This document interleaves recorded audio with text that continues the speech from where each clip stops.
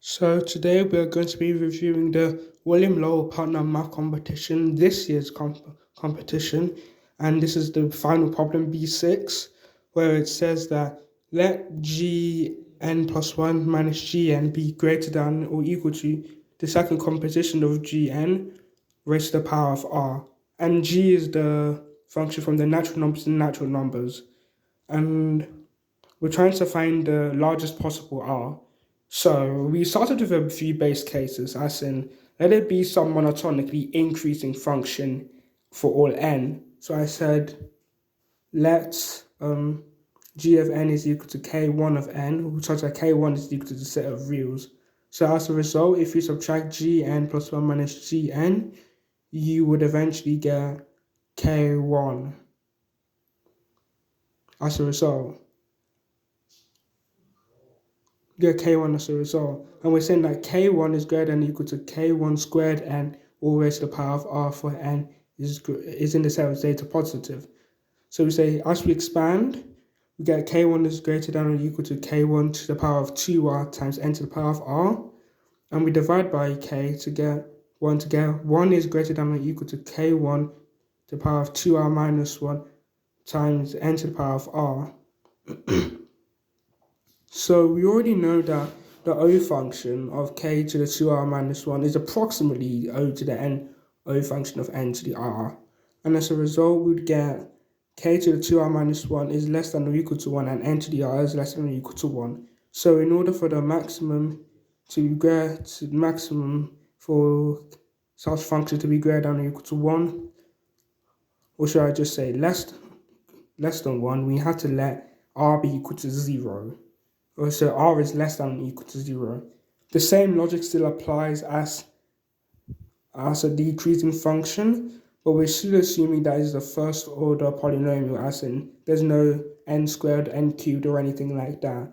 And we don't really use plus c's as the O function of f of x plus c is more or less just equal to the O function of f of x. It's just a growth function is still the same. So as you can see here, it's not really a valid case because minus 1 cannot be greater than or equal to 1 over k2 such that r is going to be in the set of positives. K2 is in the set of positives, so we end up in a contradiction. So we therefore have this result in r is equal to 0. But darling, but if there's anything I've learned is this, darling, this is the partner. It's not going to be this simple. So a few pages later, we have to realize that we can't just view them in only increasing and decreasing functions. So in order for that to happen, I would say, instead of thinking of them as polynomials, as the sums of algebraic terms, let's think of it as in the product of algebraic terms. So instead of just x squared plus something, we can think of it as x plus a times x plus b times x plus c all the way to x plus whatever. So in order for this to be strictly producing positive integers, and such that the degree of the g of n function is greater than 1, we say that at n1, n cannot be in the set of bizarre positives. And therefore we would say that because at n1 it would be like some form of 0 in a sense. So we say let Gn, in order to make this strictly positive, we'll say let Gn be the product of k1 equals 0 all the way to k of n plus nk of 1, such that all k, nk of 1 are in the set Zara positive to ensure that G is from the natural numbers to the natural numbers. So when you expand this out, when you expand the sum, we get Gn plus 1 is going to be, well, this function here plus 1. So it's going to be the product of k1 equals 0 all the way to k of n plus nk1 plus 1. And therefore we can even factorize it with regards to Gn anyways, as in this is Gn plus 1, and this is what we can factorize, the product of k1 equals 0 all the way to k of 1 plus 1 over n plus nk1. So when we subtract it, it becomes very easy to factorize, and then we put it into the original function here. So by AMGM, So there's a really faint sketch here. By AMGM, the product of these two square root is bigger than or equal to 2 times A plus B. So we apply this AMGM over here in order to ensure the squares as well. And we know that this side of the function would be less than this side of the function by the AMGM principle. And we know that if r is greater than or equal to 1, the inequality cannot hold, simply because of the fact that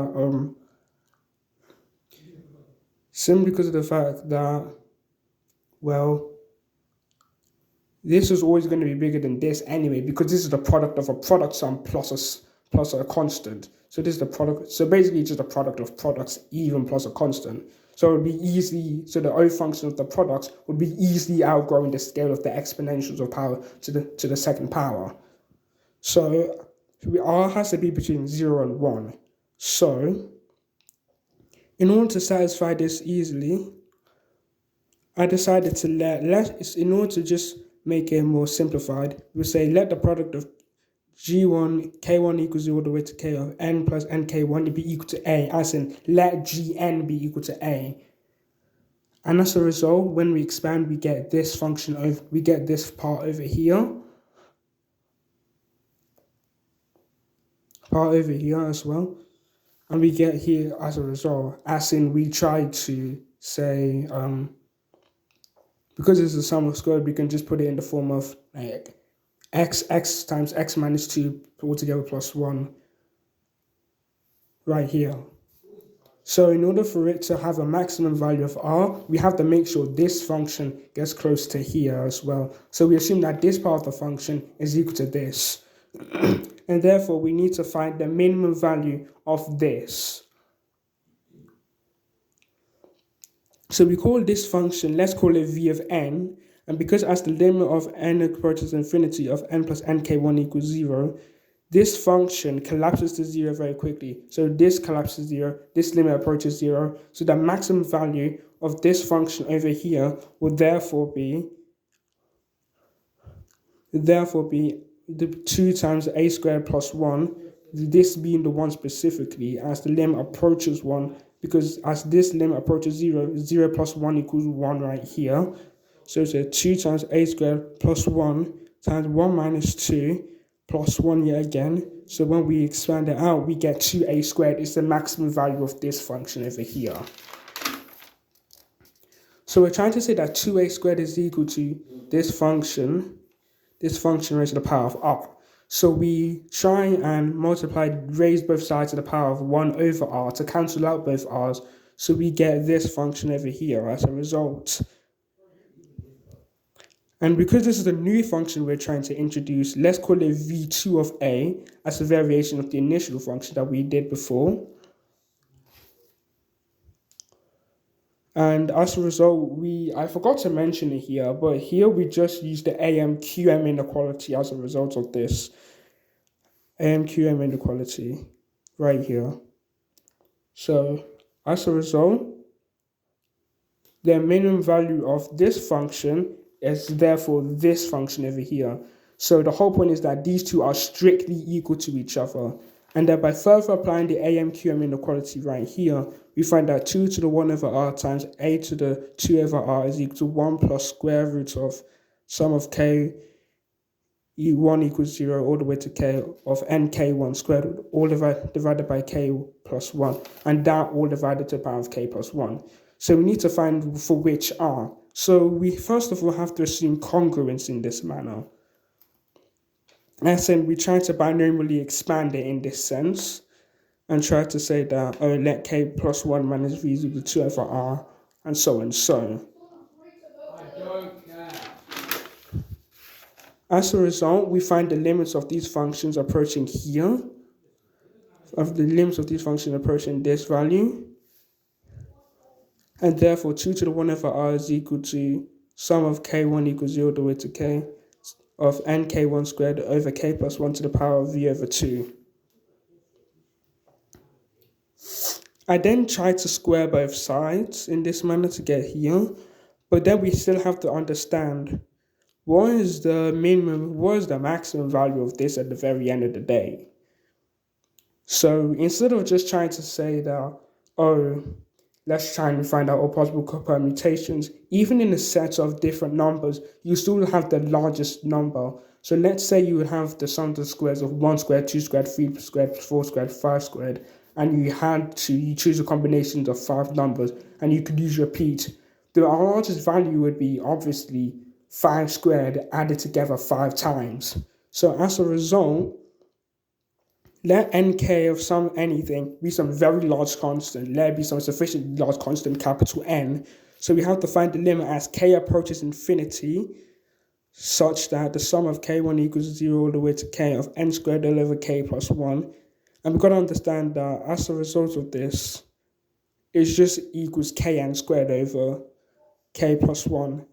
And then because n squared is the constant, we can easily defer to the fact that limit of k goes to infinity by L'Hopital's rule. Since k and k plus 1 have the same order derivative, they both derive to 1. When you differentiate both sides and they're divided by each other, you get 1. So therefore, the limit of this whole thing right here equals n squared. So therefore, we have to assume that gn is equal to n squared as a result. And 2 to the 2 over r is equal to n to the power of 2v. And thus 2 to the 1 over r is equal to nv n to the power of v, such that n is equal to 2 n to the power of m. This will become very important in the future. So we have to assume that v is between the set of 0 and k plus 1 as well, simply in order to constrain to the values of the function in the previous pages. So for maximum r, we have to assume that we have to assume that